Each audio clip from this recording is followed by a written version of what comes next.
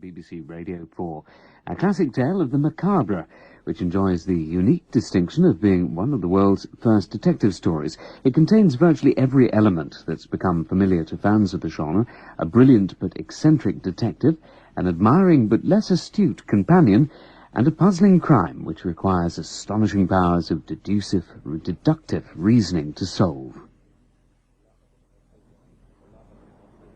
The log of the Tortuga, August the 4th, 1841.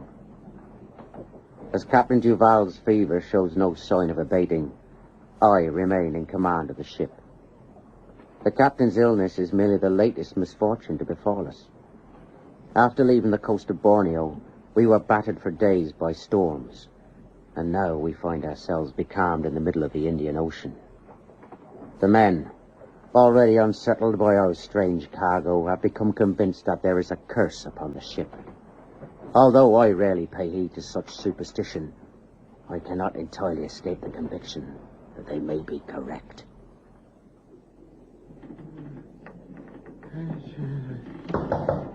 Captain Duval! It's Jacques, sir. Jacques? The ship has started moving again. I thought you should know. You're a good man, Jacques. I shan't see the end of our voyage. Oh, nonsense. How is our friend down in the hold? He grows more savage by the day. He attacked one of the men this morning. Why did I do it, Jacques? Why did I bring him on board? You thought you could make money from him, sir. He's your responsibility now. You must decide what to do with him. Yes, sir. You cross yourself, Jacques. You're frightened, I see. In all candor, sir, I'm frightened to death.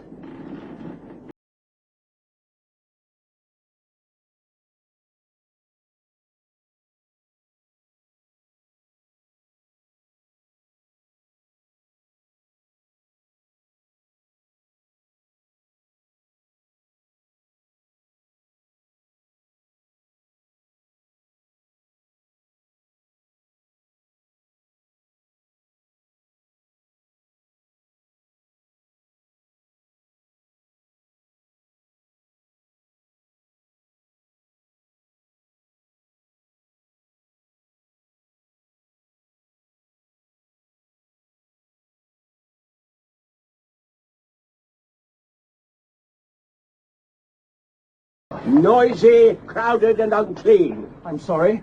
Every time I visit Paris, the more disagreeable it seems. Oh, perhaps you should stay at home. I only wish I could, but sadly I'm obliged to earn a living. Personally, I consider Paris the most beautiful city on earth. Ah, that's because you see it through the eyes of a young man. It's because I see it through the eyes of an artist. Oh? I'm a painter, sir. Or at least I hope to be when I finish my studies. Oh, you should have said so earlier. I hadn't realized that I was sharing a coach with someone special. Oh, now you're making fun of me. No, far from it. As a mere businessman, I have always held artists in the highest regard. Oh, my father's a businessman. I wish he was of your opinion. I see we've almost reached the coach house. Perhaps you'll allow me to buy you a meal. That's uncommonly generous of you, sir. Well, I'm afraid I shall be spending the next few days dining with lawyers and stockbrokers. Oh. Sharing a meal with a man of culture would be a rare and unexpected privilege. So, my young friend, you've come to Paris seeking inspiration. Well, I've spent most of my life in a small Provence village. It's very agreeable in its way, but I've grown tired of having nothing to sketch but trees and fields. Have you decided where you'll be staying? My father has granted me a small allowance. I shall probably rent a room at a local inn. Oh, I doubt if you'll find such an environment conducive to artistic endeavor. Perhaps you'll permit me to do you another favor. Oh, really, Monsieur Moreau, you've been more than generous already. I have a friend who owns a house in the Rue de Saint-Germain. He's a chevalier, no less, the son of one of the most illustrious families in France. Oh? Unfortunately, a series of calamities have rendered him all but destitute. Accordingly, he's obliged from time to time to take in lodgers. His situation must be desperate indeed. He's a strange man in many ways, but he possesses a rare and brilliant intellect. I've a feeling you'll like him. Lodging with a chevalier. It's an intriguing suggestion. You take my advice, you'll visit him at once. Paris offers few experiences more extraordinary than residing with Auguste Dupin.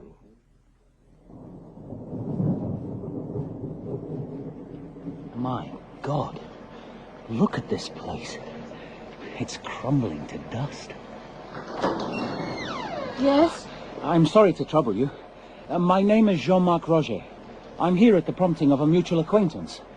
If we owe him some money, I'm afraid he must wait. Oh, as a matter of fact, I've come to inquire about renting a room.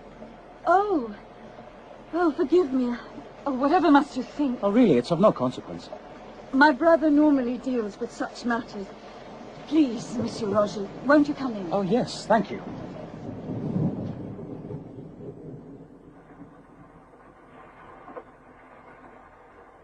Dry and warm. Save up for a new barometer. Who is it? Elaine, Auguste. There's a young gentleman to see you. Monsieur? A young gentleman with a crooked collar. I beg your pardon. Straighten it, will you? If you Really, wish. Auguste, that was intolerably rude. My sister often despairs of my behavior, I'm afraid, but I have a positive mania for order and neatness. Monsieur Roger has just arrived in Paris. He's looking for a room. Oh. Don't pull a face. We must have some money. Our creditors are becoming impatient. Who sent you here, Monsieur Roger? A merchant by the name of Henri Moreau. Moreau, I know him well. An excellent fellow and surprisingly cultured for a man of commerce. My brother once rendered him a great service. Oh? He'd been unjustly accused of a crime. I used my modest gifts to establish his innocence. Your modest gifts? Tell me, Monsieur Roger, do you keep regular hours? I'm sorry. In time? I'm afraid not. I love the night and rarely go to bed before daybreak. Dear me. Have I said the wrong thing? My brother is teasing you. He keeps exactly the same hours himself. What about society? Do you seek out the companionship of others? Not if I can help it. I'm somewhat solitary by nature. So am I. You show promise, Monsieur Roger. Really, sir? You're behaving as though I've applied for a position in your household. Not afraid to speak your mind, I see. Better and better. Do you play chess? It's my favorite pastime. And do you have any talent for it? I was once considered something of a prodigy.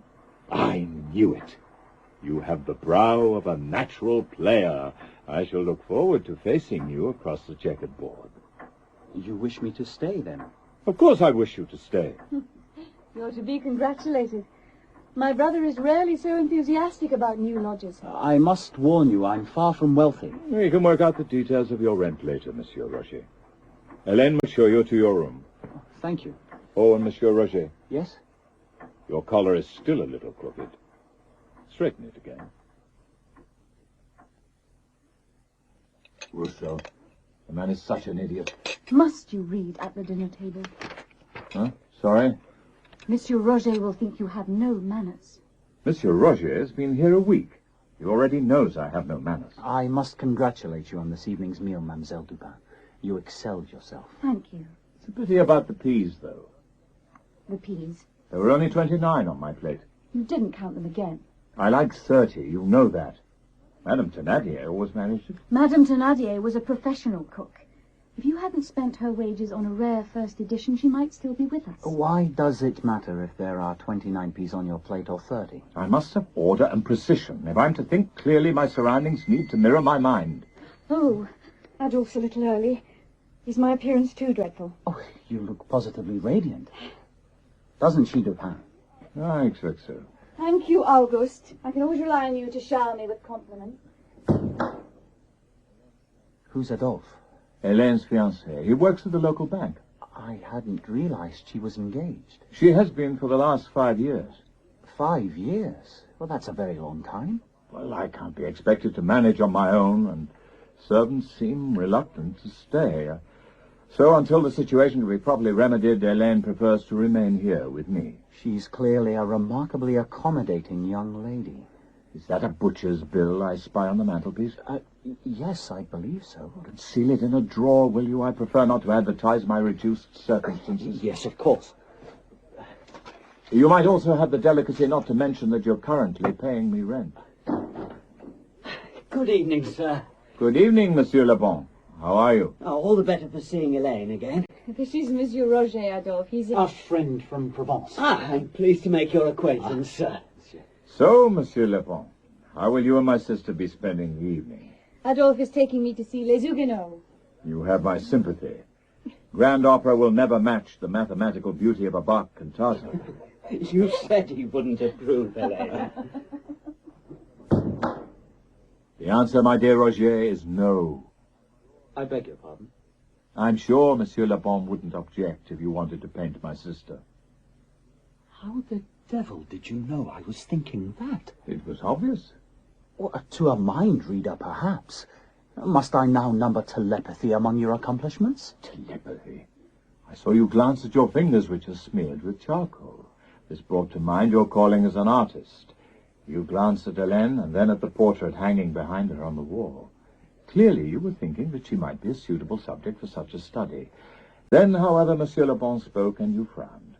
It's not difficult to deduce that you were concerned he would object to your proposal. Astonishing, my dear Dupin. Absolutely astonishing. Perhaps now you understand why I attach such importance to order and precision. A man who has trained his mind to think clearly can penetrate any secret in the world. Look up a little. That's right. I'm longing to see the finished portrait. Yeah, you may have a considerable wait. These are just my preliminary sketches. Oh, the door. There's no need to jump up. I'm sure your brother can answer it. Yes, of course. I expect you must find him very strange. Oh, well, he's a character. I like characters. I'm afraid our family's misfortunes have borne down heavily on him over the years. Oh, I'm sorry to hear it. Our parents had most of their wealth confiscated during the terror. When Auguste lost the rest in speculation, he seemed to give up on life. That's a great pity. He's clearly a man of exceptional talent. He became terrified of further calamities befalling us. That's why he's chosen to shut himself away. He thinks that by leading a life of order and reason, he can protect himself from the forces of chaos. Oh, he can't, though, can he? No, Monsieur Roger. None of us can. An intriguing business, my dear Jourdain. Most intriguing. There you are, Dupin. I thought you might like to see my sketches of Helene. Oh, forgive me. I hadn't realized that you had company. Come in, Roger. I'd like you to meet Inspector Jourdain. How do you do, sir? Monsieur. The inspector is one of the Sureté's most gifted officers. Faint praise, I know, but praise nonetheless. I trust that nothing untoward has happened. Far from it, sir. I occasionally come to the Chevalier with especially strange or perplexing cases. Oh. He possesses a rare talent for deduction. So I've observed. The inspector has brought me an especially delicate matter this evening. A letter has been stolen from a member of the royal household. Really, Dupin?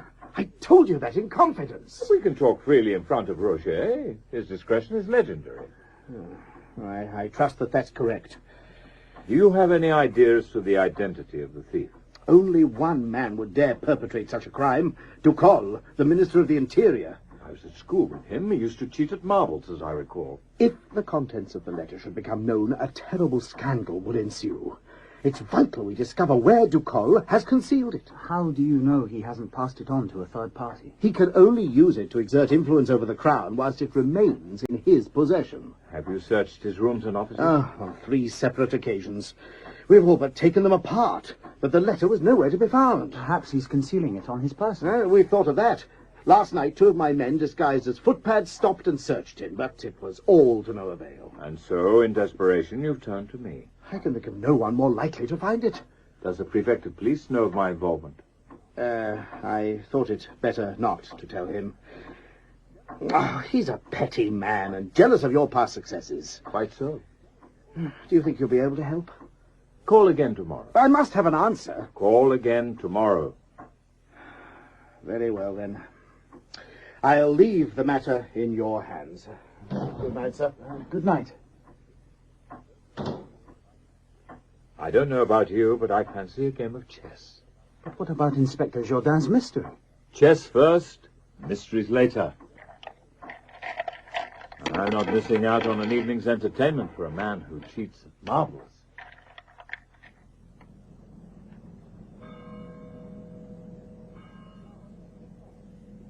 You're sure it's all there? You needn't concern yourself, dear lady. I counted it personally.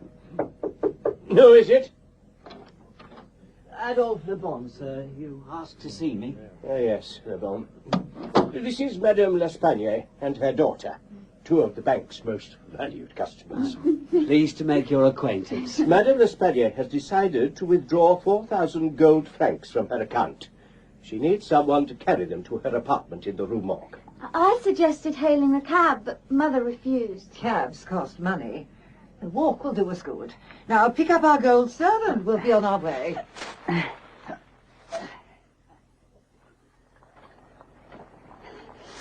I don't think I've ever visited this part of the city before. Oh, I hate the neighborhood. There are fights and disturbances almost every night. Surely you could afford to move to somewhere a little more fashionable. But that's why I keep telling Mother, but she won't part with a sou. Was that? What are you saying? Nothing, Mother. No, this is where we live. I hope you're feeling energetic, Monsieur Le Bon. Our apartment is on the 4th floor. Put the money down on that table. I hadn't realized that 4,000 francs were quite so heavy. Must be exhausted. May I offer you a drink? Oh, no water? You can't have spirits. A glass of water would be very acceptable. See who that is, Camille? Yes, Mother. I thought I heard you come in. Where's my rent? What's that? It was due up on the 1st. Why haven't I been paid? I'm a poor old woman. I need more time. 1 more week. That's all you'll have. And if I don't see any money by then, you'll be out on the street. Oh, Mother. What was the point of that? You're far too eager to spend my money. Waiting a week will do him no harm. I'll fetch you that water, Monsieur Le Bon. Thank you. I suppose you find my behaviour shocking. It's none of my business how you behave. That's right. It's not. You can drink your water and be on your way. Whoever set this type deserves to be flogged. Inspector Jourdain is here, Dupin. Is it my imagination, Jourdain, or is newsprint becoming smaller? I beg your pardon? If I'm to read this evening's Gazette, I shall need my spectacles. Hang the Gazette. Tell me what progress you've made. When I have my spectacles. I'll fetch them, Dupin. I don't want you to fetch them. I want the inspector to do it. Oh, for pity's sake. They're in the top drawer of my desk. That's right. I sometimes think you're the most aggravating man who ever lived. I can't find any spectacles. Look again. Just a minute. No. It's impossible. The letter. The purloined letter. I hope you'll forgive my little deception. I've never been able to resist a touch of the histrionic. This is beyond all comprehension. How did you come by it? You're a clever man, Jourdain, but you're too cunning for your own good. Ducol, on the other hand, shares my passion for simplicity. You're not making sense. It's often said that the best place to hide a tree is in a forest. Where better, then, to hide a letter than in a letter rack? A letter rack? You naturally assumed that Ducol would conceal it in some elaborate hiding place. Anticipating this, he did the exact opposite. Whilst you were carefully dismantling his furniture and searching behind his wallpaper, the letter was lying in plain view upon his desk. Astonishing. And you managed to guess all that from what Inspector Jourdain told you? I never guess, Roger. Knowing Ducol's character, it was simple to deduce what he'd done. Simple for you, perhaps. To confirm my theory, I paid the minister a visit. Sure enough, as we sat reminiscing about our school days, I spotted the letter tucked between two others. Can you believe the gall of the man? Ducol is far from hospitable, but he eventually felt obliged to offer me a small cognac. Whilst he was pouring it, I substituted the letter for a blank sheet of paper, folded in an identical manner. Poor old Ducol. Imagine his surprise when he discovers what's happened. I think we can safely anticipate that his days of high office are numbered. You've rendered your country a great service, Dupin. I can't thank you enough. Then please don't try. A small reward from the public purse, on the other hand, would be more than welcome. It's no more than you deserve, sir, but there is one problem. Oh? Before I can do anything, I shall have to persuade the prefect of police. Give Dupin a reward? I've never heard of such a thing. He did recover the letter, sir. That was merely a lucky guess. I'd already deduced for myself where the letter was hidden. Had you, sir? You kept quiet about that. I'm not sure I care for your tongue, Jordan. I'm only thinking of your reputation. That's very good of you, sir. If the royal household discovered that you discussed their secrets with a member of the public, you'd be ruined. That's as maybe, sir, but I'm not comfortable about taking credit for solving the case. Yet I'm inclined to agree with you. It might be best for all concerned if I say I recovered the letter. You, sir? I am the prefect of police, Jordan. It's not inconceivable that I'm still capable of solving the occasional case. If you say so, sir. All that anyone need know is that I saved the day after careful investigation of the facts. The name of Dupin is not to be associated in any way with the matter. And under no circumstances whatsoever is he to be given a reward. Dupin, are you in there? Come in, Roger. I wanted to tell you how impressed I was by your work this evening. It was a minor victory against the forces of anarchy and disorder, but the battle can never truly be won. You seem a trifle somber. We're reasoning creatures, Roger. We think we can guard against misfortune, but we're mistaken. We can no more control our lives than we can prevent the sun going down. And who knows what terrors may visit us during the night. You're not counting your money again. That bank manager didn't look entirely trustworthy. You can't be too careful, Camille. If you don't intend spending it, I don't see why you bothered withdrawing it in the first place. Banks can collapse, my girl. I shall sleep more soundly knowing that it's close by. Shh. What is it? I thought I heard something. My God, robbers. Quickly, girl. Check the other room. Come on! Open up! All right. I'm just coming.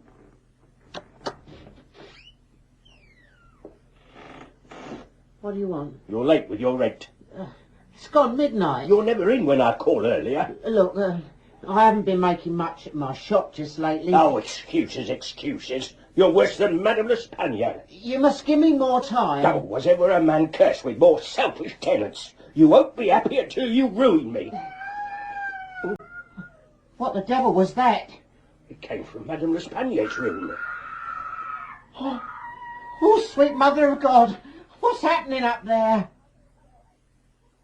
Madame L'Espagne! Are you in there? Madame L'Espagne! Are you all right? We'll have to break down the door. We'll do no such thing. I have a key.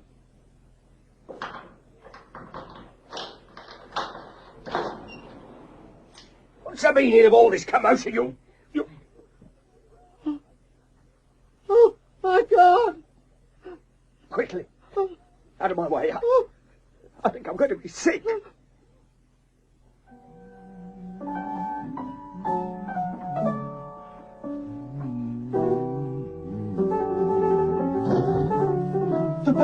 Dupin! Have you seen this morning's Gazette? Oh, it's no use trying to talk to Auguste when he's communing with Bach. I haven't been practicing as assiduously as I should. My playing has become a little mechanical. Forgive me, but a crime has occurred that you may find of interest. Crimes are perpetrated every day. I can't concern myself with all of them. Well, I'd like to hear the details. Oh, thank you, Mademoiselle Dupin. And I'd like to hear them in silence. Really, Hélène, almost crushed my fingers. Oh, what does the Gazette say? Horrific events in the Rue Morgue. At a little after midnight, the inhabitants of a lodging house in the Rue Morgue were awakened by a series of terrible cries. Upon investigation, it was discovered that the screams were emanating from an apartment occupied by a Madame L'Espagne and her daughter, Camille. So far, so conventional. The landlord of the building, upon entering the apartment, was greeted by a terrible sight. The furniture was in a state of the wildest disarray, and upon the floor there lay a razor and several tresses of thick grey hair. Tresses of hair, a colourful touch. Most shocking of all, the walls, floor, and even the ceiling were spattered with vast quantities of fresh human blood. Oh, how dreadful. Strange to relate, however, despite the apparent violence done to them, no trace of either Madame L'Espanaye or her daughter has yet to be found. No bodies? How curious. Does the Gazette say who has been appointed to investigate the matter? Yes. It's our old friend, Inspector Jourdain. An excellent man in his way. You were quite right, though, Roger. The case does interest me. Thank you, Dupin. The next edition of the Gazette is published at noon. I should like to hear if it contains any further details. Until then, however... Yes? I propose returning to Bach.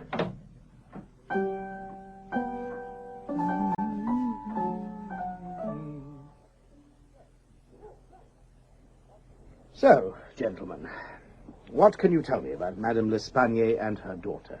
Well, they were both very quiet, almost recluses, in fact. Mm-hmm. And they claim to have no money. No money? Look at all these gold coins scattered about the floor. Can you think of anyone who may have wished to harm them? The devil must have come from, sir. It's the only explanation. I'm hoping there's a less fanciful solution. Oh, can you think of anything you've forgotten to tell me? But we did hear a voice, sir, as we were coming up the stairs. Oh? It was very low and strange, and it wasn't speaking French. Ah. I think it may have been Dutch. Dutch? Or possibly German. Yes, German. It was definitely German. I see. German, indeed. It wasn't German. It was Russian. I'd recognise that accent anywhere. Dutch, German, Russian, you're not being of much help. Well, we're doing our best, Inspector. We are still both trembling with fear. Would you mind putting out that pipe, sir? Oh, forgive me. And what have you done with the match? Well, I've thrown it into the grate. Pick it up, will you? We can't have you contaminating the scene of the crime. When do you think you'll be finished? I shall have to advertise for a new tenant. Well, what's the matter? The chimney! Eh? Oh, my God! Camille!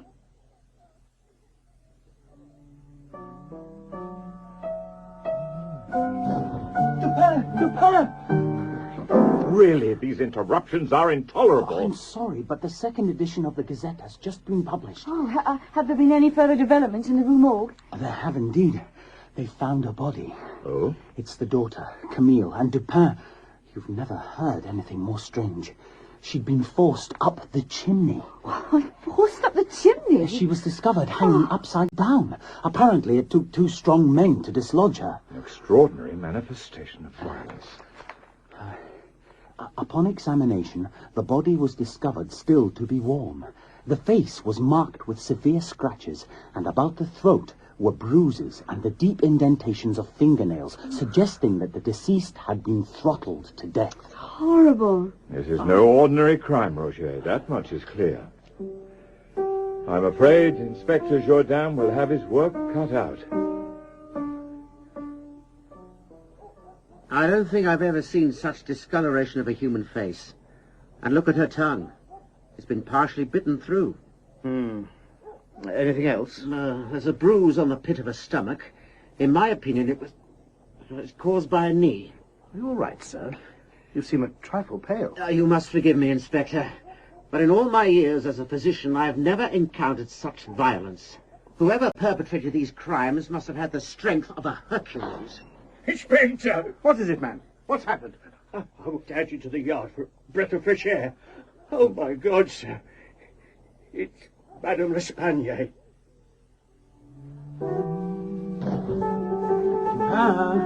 Roger, am I to be allowed to play in peace, or has the final edition of the Gazette been published? I have it in my hand. Very well, then. Ruin another recital. Oh, stop pretending you're angry, Auguste. You know you're as anxious to learn what's happened as I am. It seems they've discovered the body of Madame L'Espanaye. I'm relieved to hear it. There's nothing more untidy than a crime with a missing element. Apparently she was found in the backyard. Her throat had been so thoroughly cut that when she was lifted, Her head all but came off. Oh, this crime grows more macabre by the hour. Have the authorities been able to ascertain the motive for the killings? Well, according to the Gazette, they're still in the dark. I doubt if Inspector Jourdain will be able to enlighten them. He's an able enough man in his way, but I fear a crime that is quite so grotesque will prove beyond him. I suppose you'd be able to solve it in 10 minutes. I wouldn't dream of making so immodest a claim. Oh? I'd expect it to take me at least 15. Well? I'm sorry? Do you intend to offer the inspector your services? He knows where I live.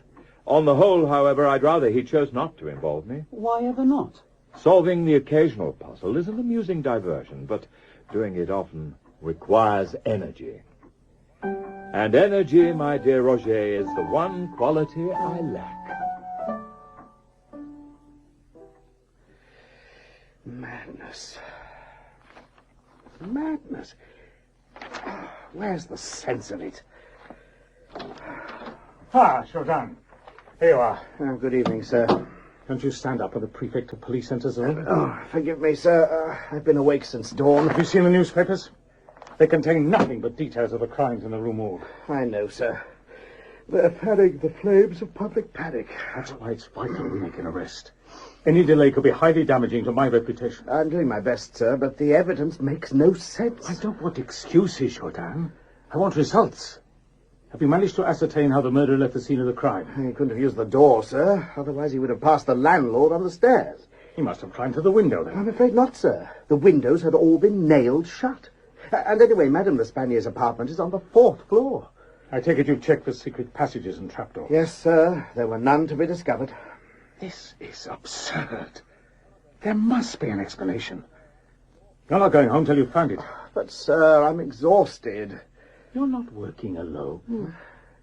I shall be giving the matter due consideration whilst I'm dining with my wife. That's very inspiring, sir. But I wonder if we might benefit from some additional assistance. Oh? Well, there is someone who specializes in these types of crime. Perhaps we ought to consult... Yes? It doesn't matter, sir. I hope you weren't about to suggest involving that infernal meddler Dupin. He does possess a remarkable talent for deduction, sir. I will not countenance involving that man in any more police investigations. Do I make myself clear, Jourdain? Yes, sir. Perfectly clear. Good. Now get back to work and come up with a solution. I'll do my best, sir. You will not do your best, Jourdain. You will succeed. If you haven't made an arrest by this time tomorrow, I give you my word you'll pay with your job. Your move, Roger. Just a moment. I'm thinking. You weren't about to move your bishop there. Why not? No reason. After due consideration, I've decided to move my knight instead. Very good, Roger. Very cunning. Thank you, Dupin. Checkmate. What? You must learn to defend your king. This is hopeless. I never seem to win. You mustn't despair. Your game is improving immeasurably. It's taken me almost 20 minutes to beat you this morning. Auguste!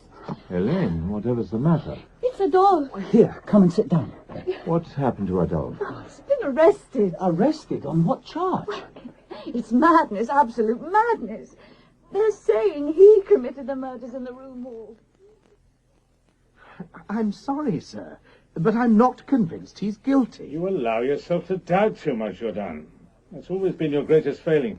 Yes, sir. I, on the other hand, know how to act decisively. That's why I'm the prefect of police, and you're still a lowly inspector. Excuse me, sir. What is it, Bernardier? I'm sorry to disturb you, but there's a gentleman here to see you. Oh? Do you mind if I sit down? Dupin. It's a considerable walk to your office, and I'm more than a little weary. Thank you, Bernardier. That will be all. Oh, very good, sir. What do you want, Dupin? I'm an extremely busy man. I'd like to know who authorized the arrest of Adolphe Le Bon. As Jourdain seemed unable to act, I did. I thought as much. You know, of course, that he's entirely innocent. I know nothing of the sort. Le Bon had an obvious motive. Oh? He delivered 4,000 gold francs to Madame L'Espanier's apartment. clearly he returned later that night, hoping to steal them. And when he was interrupted, I suppose he turned to violence. Precisely. Le Bon is a far from athletic young man. Do you really think he has the strength to perpetrate two such brutal murders? I've already pointed that out to the prefect, sir. He maintains, however, that a frightened man is capable of almost anything. Have you managed to ascertain how he was able to escape from the apartment? That remains a mystery at present. I have no doubt, however, that it will become clear during his trial. You must realize how little evidence you have against him. If you try to prosecute, you'll be laughed out of court. And what would you have me do? Let him go without charge? I doubt if you're capable of anything quite so reasonable. But you might consider releasing him into my custody.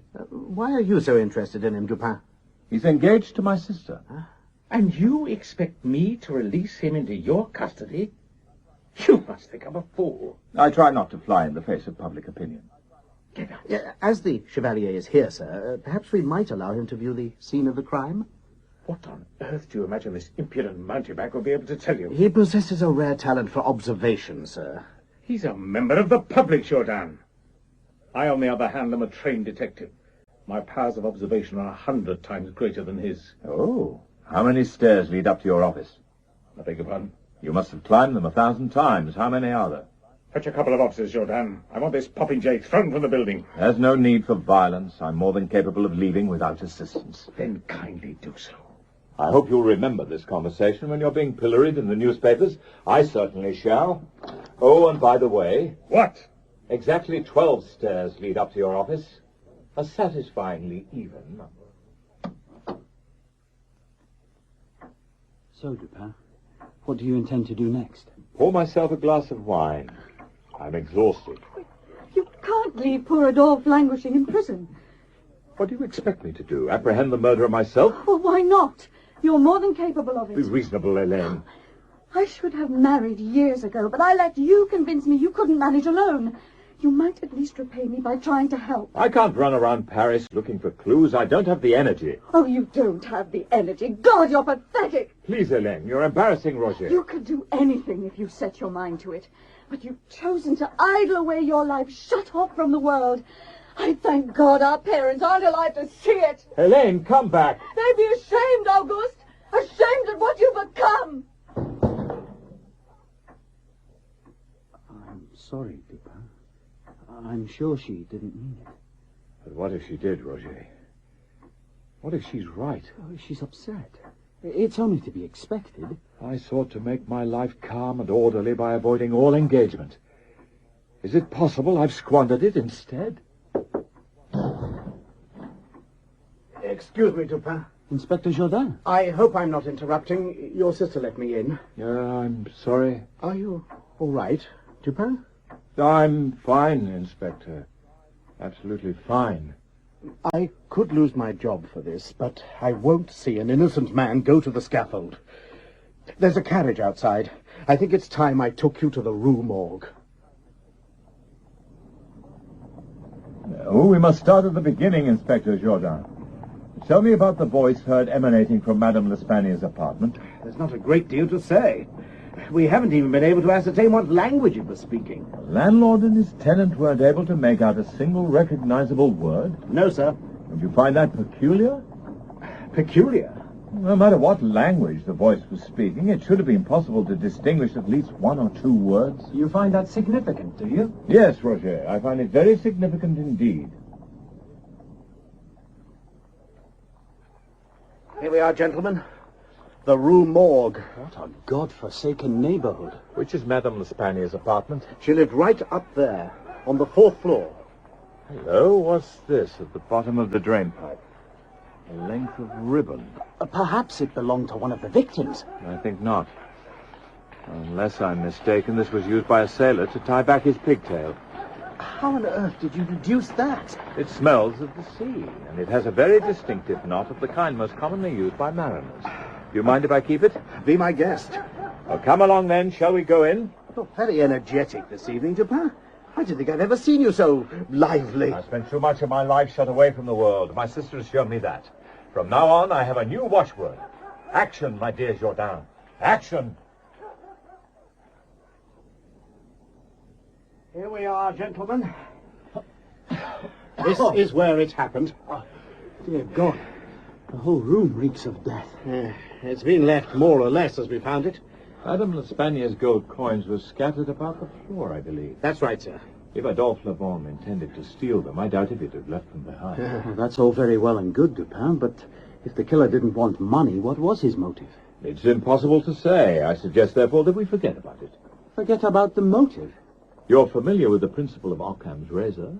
I've heard of it. If we're to reason clearly, we must cut away all extraneous matter. The killer's motive is irrelevant. He's no doubt left behind more than enough clues to enable us to identify him. I'd be glad if you could at least discover how he was able to escape from the room. He clearly couldn't have used the door. He would have been discovered on the stairway, and anyway, I believe the door had been locked from the inside. Correct. There are no secret passages or tunnels leading from the room. Therefore, by a process of elimination, we can deduce that he must have used one of the windows. But, Dupin, the windows were all nailed shut. If that were the case, the killer would have had to vanish into thin air. Clearly, that's impossible. Therefore, the windows must only appear to have been nailed shut. Shall we examine them? Oh, please. I've seen this kind of window before. The sash contains a hidden spring that automatically fastens it. Someone passing through could have caused it to fall and shut itself behind him. But it couldn't have been open in the first place. It was Nailed shut, I know. See for yourself. It won't budge. Let's examine its companion. Do either of you have a penknife? I have one here. Thank you, Roger.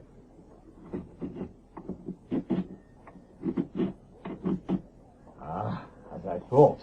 The nail in this window is broken just behind the head. Although the window appears to have been nailed shut, it can, as I will now demonstrate, be opened quite easily. Astonishing. Oh, you've established how the killer escaped from the room. But how on earth was he able to reach the ground from this height? There's a lightning rod embedded in the wall. Possibly the killer was able to swing upon it and reach the drain pipe. But Dupin, that lightning rod is a good 5 feet away. Reaching it would require almost inhuman agility. Jordan? Come in, Monsieur le Prefect. Your timing couldn't be more apposite. We were just discussing inhuman creatures. Bernardier told me that you'd come here with Dupin, but I had to see it with my own eyes. I'm sorry I disobeyed your orders, sir. But the Chevalier has already made great progress. I don't care. I won't be mocked by my own subordinates. Quite right. You can leave that to the rest of us. Get out, Dupin. Get out and don't come back. If I discover that you're continuing to meddle, I shall see to it personally that you're thrown in jail. Will you heed the prefect's warning? With victory so close at hand, Helene would never forgive me. Oh, you think you know who committed the murders, then? The theory has started to form in my mind. I still have a great deal of work to do, though. Oh? I need to place an advertisement in a certain publication before it goes to press. And tomorrow morning, a visit to the Paris mortuary may be in order. Is there anything I can do to help? Yes, Roger. You can straighten your watch chain. You've draped it unevenly, and it's begun to annoy.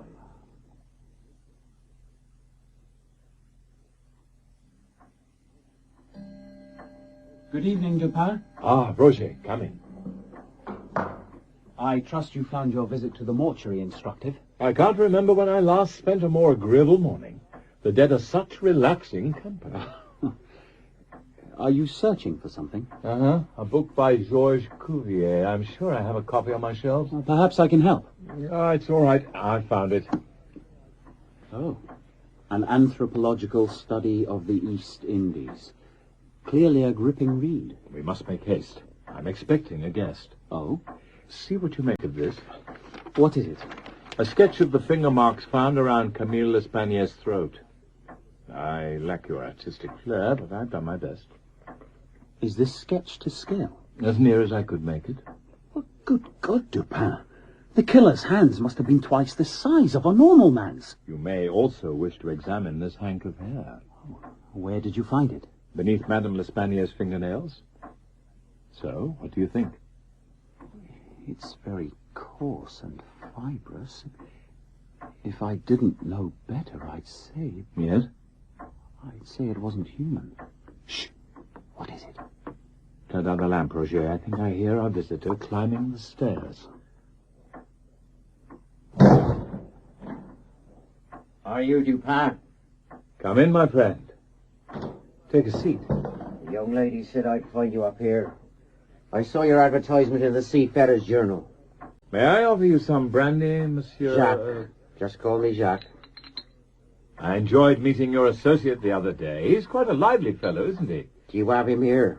As I said in my advertisement, he's currently quartered in the Rue Royale.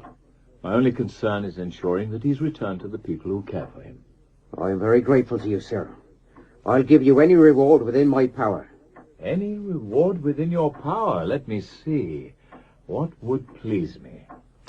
I know. You can tell me all about your part in the murders in the Rue Morgue. What's this? Some sort of trick? Dupin, watch out! Put away your knife, Jacques. We know you're innocent. But if we're to help you, we must hear the truth. All right, sir. I'll tell you. In all candor, it's been weighing heavily on my conscience. This associate Dupin mentioned, is he the murderer? Yes, sir. What kind of man is he? An escaped lunatic? Dear Roger, have you yet to deduce the truth? The killer isn't a man at all. I beg your pardon. The killer's gruff, inarticulate voice, his strength, his agility, the size of his hands, the coarseness of his hair, even his apparent lack of motive. All these clues point in the same direction. The killer isn't a man, he is an animal. An animal? I guess would be one of the great apes of the East Indies, am I correct? Yes, sir. In every detail. Here, Cuvier has a drawing of one. I thought these creatures possessed a peaceable nature. This one didn't, sir. He was a brute. No doubt he suffered great provocation. Start your story at the beginning, my friend. Where did you find him? In Borneo, sir. I was the first mate on a cargo ship called the Tortuga. Did you visit Borneo with the express purpose of capturing an ape? No, sir. It was a whim of the captain's. When he saw the creature and its mate, he thought he could make money from them as novelties. The ape had a mate? Oh, yes, sir. But she died before we could bring her aboard. I don't think her companion ever forgave us. Oh, I'm not surprised. Oh, but he was a monster, sir. Vicious and cruel. Some of us thought he was the very devil himself. A pleasingly fanciful notion. I'm not so sure, sir. He seemed to bring bad luck with him. The ship was beset with problems, and 3 days before we reached home, the captain died of fever. What did you do when you returned to France? I brought the ape to Paris, sir. I thought I could sell him to a circus or fairground. Where on earth did you keep him? I have a couple of rooms in the Rue de Richelieu. I put some straw down in a large cupboard and I housed him in there. It'll be a great relief to unburden myself. The dreadful events began at a little after 11. I was returning early from a party organised by some of my shipmates. Entering my rooms, I was horrified to discover that the ape had broken out of his cupboard. My God!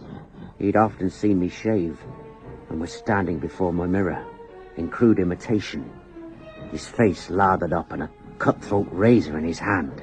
Get away! Get away from there! I tried to drive him back with the whip, but he pushed past me and, still carrying the razor, ran down the stairs and into the street. I chased him through one empty street after another until, finally, he stopped outside a grimy building in the Rue Morgue. Attracted by a light burning in a back window on the 4th floor, he began to scale the drain pipe. Using the lightning rod, he swung himself inside and vanished from view. Come back! I'm used to climbing rigging, so I managed to follow him up. I lacked the agility to reach the lightning rod, though, so I could only peer through another window, this one closed, and witnessed what happened.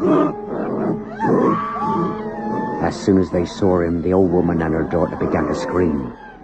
This seemed to inflame him, and seizing the old woman by her hair, he cut her throat with the razor. The smell of blood excited him. He picked the old woman up and hurled her through the window into the yard below. He then turned his attention to the daughter. Seizing her by the throat, he began to throttle her.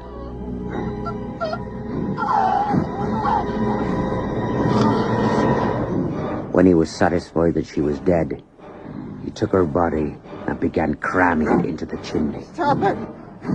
For pity's sake, stop it! I called to him, but he paid no heed. Sickened by what I'd seen, I climbed down the drain pipe and began to run. I didn't stop, sir, until I reached my rooms. What became of my ape I neither knew nor cared.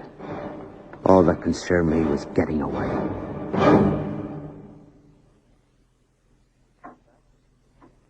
Fascinating narrative.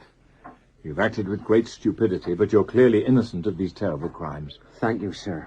I'm afraid my advertisement wasn't entirely accurate, however. The ape is still at large. My God. There's a small wooded area behind the Rue Morgue.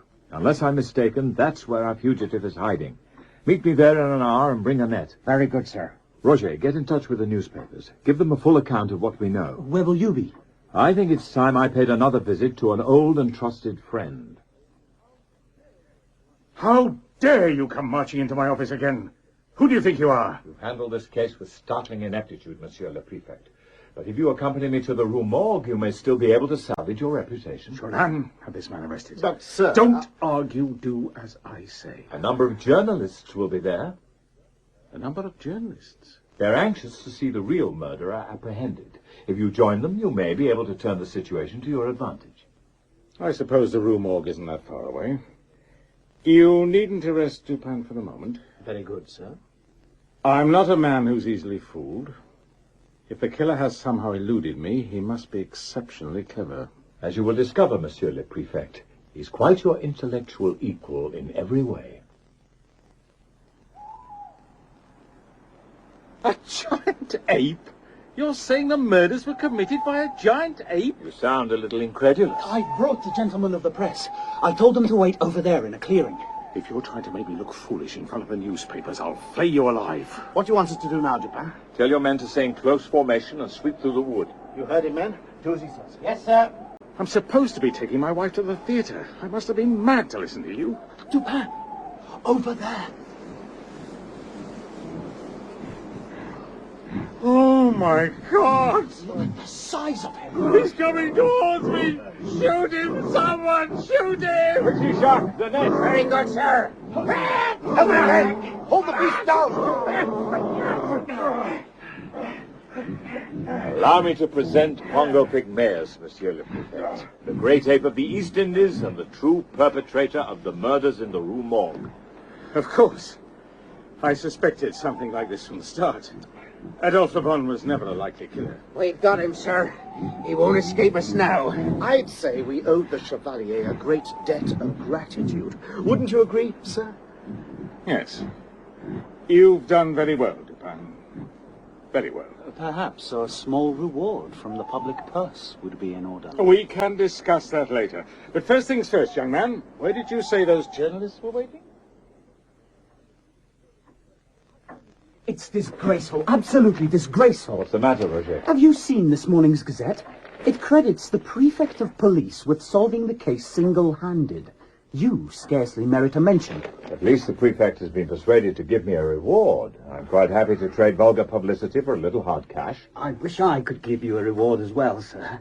It's because of you that I've been restored to liberty. As a matter of fact, Monsieur Le Bon, there is something you could do for me. Name it. Make my sister a good husband. I beg your pardon. I've allowed my selfishness to keep you apart for far too long. It's high time you married. But Auguste, how will you manage on your own? I'm not a child, Hélène, and you're not my mother. Marry Le Bon and forget about me. After all that you've been through, it's what you deserve. I've almost finished my portrait of Elaine. I thought I might give it to her as a wedding present. A splendid suggestion, my dear Roger. Absolutely splendid. Well, well, well. Moreau, my dear fellow. If it isn't Auguste Dupin and my young friend, the artist. This is a pleasant surprise, Monsieur Moreau. I hadn't expected to find you visiting the zoological gardens. No doubt, like me, you're trying to escape the noise and the filth of the streets. Actually, no. We've come to visit an old friend. An old friend? No doubt you read about the ape that ran amok in the Rue Morgue. Yes, of course. I thought I detected the Chevalier's hand in the creature's recapture. He's currently serving out his sentence behind some pleasingly neat bars in the Monkey House. I thought you'd abandoned your obsession with neatness and precision. Far from it. The events of the past few days have merely established their importance. But surely, if we've learned anything, it's how vulnerable we are to chaos and disaster. You're mistaken, my friend. By using logic and reason, we've been able to cage a wild beast and restore order to the world. What do you think, Monsieur Moreau? Can cold calculation enable us to take control of our lives? Or are we, as I maintain, forever at the mercy of chance and misfortune? What do I think? Yes. I think that it's a very hot day, and I could do with a drink. An excellent suggestion, and very well put. Come along, Rocher. You heard what he said. Let's repair to a cafe and toast our success.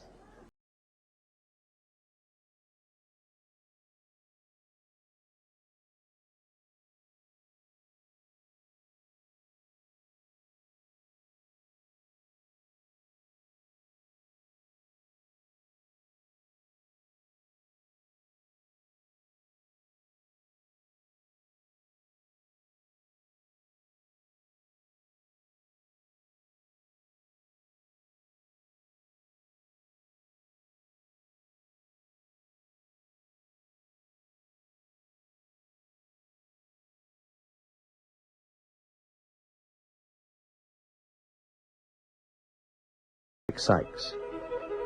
The Murders in the Rue Morgue was a peer production for BBC Radio 4, directed by David Blunt.